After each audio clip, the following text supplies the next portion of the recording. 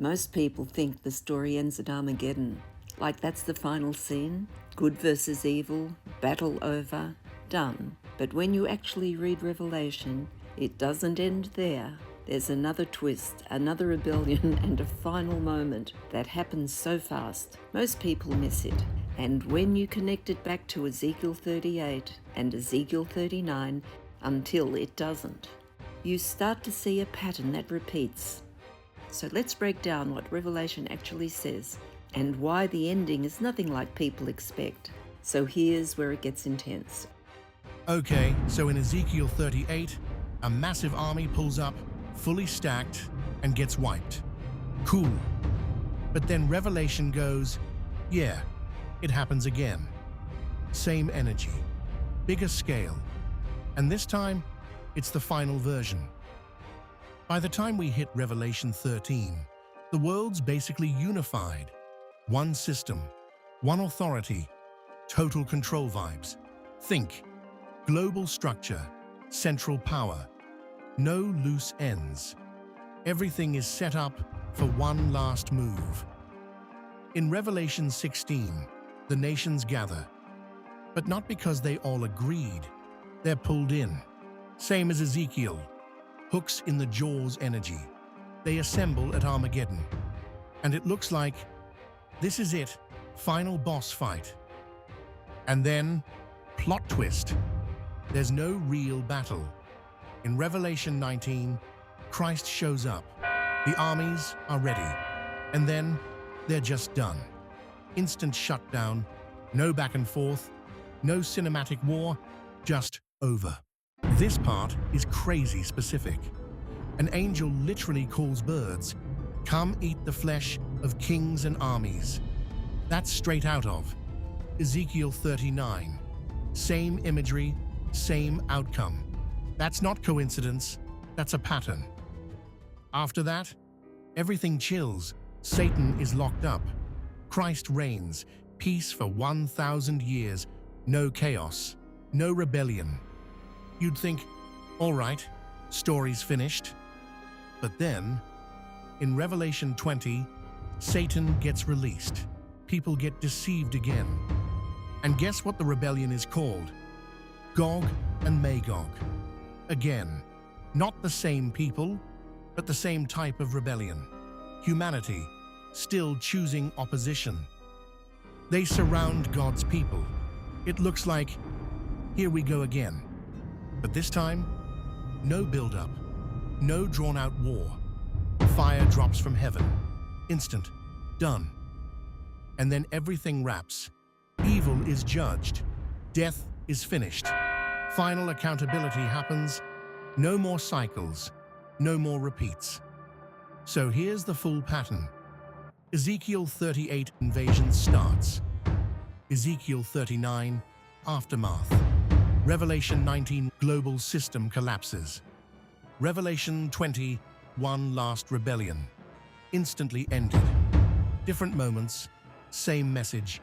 Humanity rises up, thinks it's in control, and every time, God ends it completely.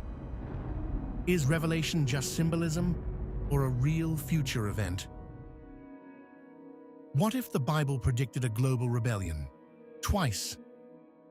Or what if it's just symbolic language people keep overinterpreting?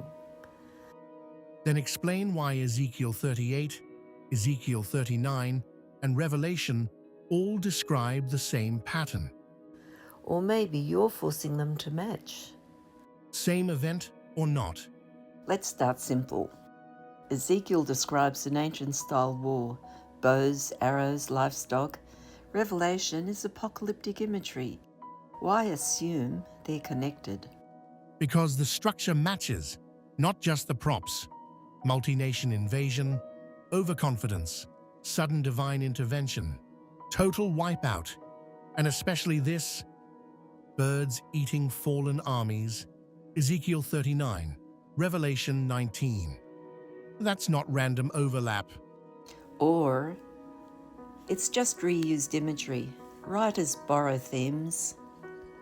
Revelation is symbolic. Beasts, dragons, numbers. Why suddenly go literal with war? Because symbolism doesn't cancel reality, it describes it. Example, fire from heaven equals judgment, but still describes an event. Even in Daniel, symbolic visions mapped to real empires. Sure, but that's hindsight. People match symbols after events happen. Then explain the consistent pattern before fulfillment. Nations, global scale, sudden collapse. That's not vague, it's structured. Here's the biggest problem. Why does Gog and Magog show up again in Revelation 20? Same war twice? That makes no sense. Only if you assume it's the same people. Gog and Magog equals type, not just identity. Represents global rebellion, organized opposition to God. So it's not repetition, it's escalation, Or it's just inconsistent storytelling. or it's intentional patterning, like history repeating at a higher level. Okay, but that raises a bigger issue.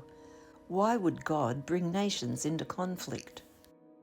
Good question, because the text literally says in Ezekiel 38, I will bring you, meaning not forcing evil, but allowing it to reach its peak.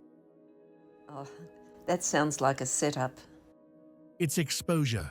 Humanity chooses rebellion. God allows it to fully reveal itself. Another issue. Revelation says armies are destroyed instantly. That's not how real wars work. Exactly. That's the point.